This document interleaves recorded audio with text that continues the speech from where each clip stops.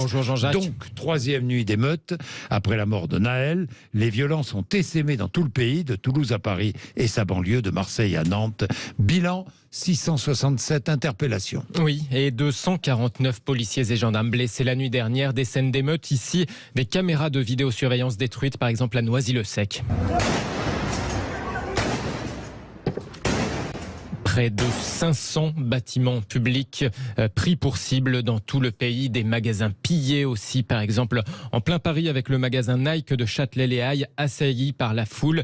Des supérettes également prises pour cible, des vitrines brisées, un supermarché fracassé par une voiture bélier, un fast-food de Châtelet brûlé, un camion volé à Drancy pour fracasser l'entrée d'un magasin ou encore un tramway brûlé à Lyon. Une mairie de quartier a également été incendiée à Lille, un lycée en flammes à Marc-en-Barœul dans le Nord, un dépôt de bus incendié à Aubervilliers, plusieurs commissariats pris pour cible à Avignon ou encore à Reims où des émeutiers se sont emparés d'uniformes et de matériel de police avant de prendre la fuite. Parmi les scènes qui ont particulièrement choqué cette nuit, l'incendie sur un immeuble d'habitation à Mézières-les-Messes en Moselle.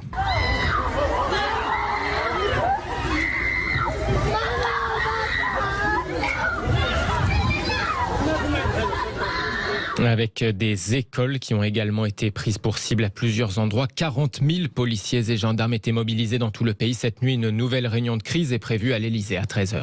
Rudy Mana, porte-parole d'Alliance Police Nationale, est avec nous en direct de Marseille. Rudy Mana, bonjour.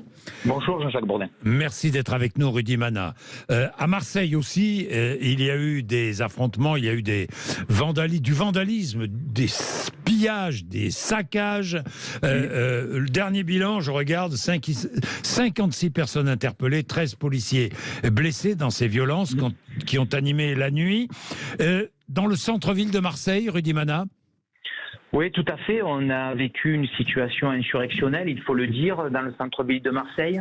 J'ai eu beaucoup de collègues qui, après leur nuit harassante, épuisante, m'ont appelé ce matin et m'ont dit on a mal à notre France.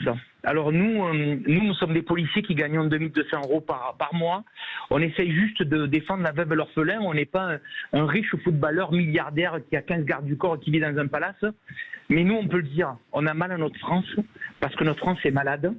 Et nous sommes extrêmement inquiets devant cette situation parce qu'on a vu des jeunes déterminés qui étaient là uniquement pour détruire, uniquement pour casser et qui ensuite ont pillé la totalité des magasins qui se trouvaient en centre-ville et de préférence des magasins de luxe. Il y avait des groupes de jeunes un petit peu partout. De ce que me disent les collègues, très jeunes. De ce que me disent les collègues, il y avait très peu de relations avec Naël. En fait, ils ont profité de ce moment-là pour se rassembler et pour casser, en se donnant ce prétexte-là. Mais je peux vous dire que beaucoup m'ont dit ce matin, si ça n'évolue pas ou si ça ne change pas, on est foutu. Oui, enfin, n'exagérons pas, Rudy Mana. On est foutu. Ça veut dire quoi, on est foutu? Ça veut dire qu'il va falloir qu'à un moment donné, on passe au plan B. C'est quoi le plan B, Rudy Mana? Le plan A, c'est ce qu'on vit actuellement, où on voit que ces jeunes font ce qu'ils veulent, sans réponse pénale, lorsqu'on les interpelle, vous l'avez bien dit tout à l'heure, Jean-Jacques, 14 à 17 ans, ils vont être très peu condamnés, qu'on se le dise. Donc si aujourd'hui, si ce soir ou demain, on recommence à interpeller 667 jeunes comme on l'a fait dans toute la France, et qu'il y en a 650 qui sortent pour l'excuse de la minorité, on s'en sortira jamais. On s'en sortira jamais. Et eux sont déterminés à détruire. Parce que c'est ça qu'on a vécu. Moi, j'ai vécu celle de 2005. Oui. Les émeutes de 2005, vous en parliez tout à l'heure par rapport à 2005. Je peux vous dire que c'était pas du tout la même violence. La violence, c'est décuplé. La violence est beaucoup plus importante. Et les policiers m'ont dit, vous l'avez également dit tout à l'heure, et à juste titre, au départ, ils ne s'en prenaient pas à nous. Non. Ils étaient juste là pour détruire le domaine public, pour détruire. Je vous le dis, c'est ce qui a vraiment changé, c'est-à-dire qu'ils ne cherchaient pas l'affrontement avec la police, ils cherchaient avant tout à détruire et à piller. Totalement, exactement. Et ensuite, quand ils ont pillé et quand on a eu l'ordre de commencer à les interpeller, à ce moment-là, il y a eu des affrontements, des policiers blessés, etc. Bien évidemment. Mais au départ, c'était pas ça. c'était on détruit tout ce qui est sur notre passage. Et chaque fois qu'il passait devant une vitrine, il la détruisait. La Samaritaine à Marseille, qui est un lieu historique, détruit. L'Alcazar, détruit. Tout ce qui était devant eux, ils le détruisaient avec une violence. Et dites-moi, Rudy Mana, pas si nombreux que ça finalement. Ouais, il y avait à peu près 400, ouais, à peu près 400 jeunes. Voilà. Ouais, mais 400 jeunes, il faut les canaliser. Quand Mais bien sûr, mais bien sûr. 50. Mais ce que je veux dire, c'est que c'est pas une, c'est une révolte très particulière, hein, très particulière.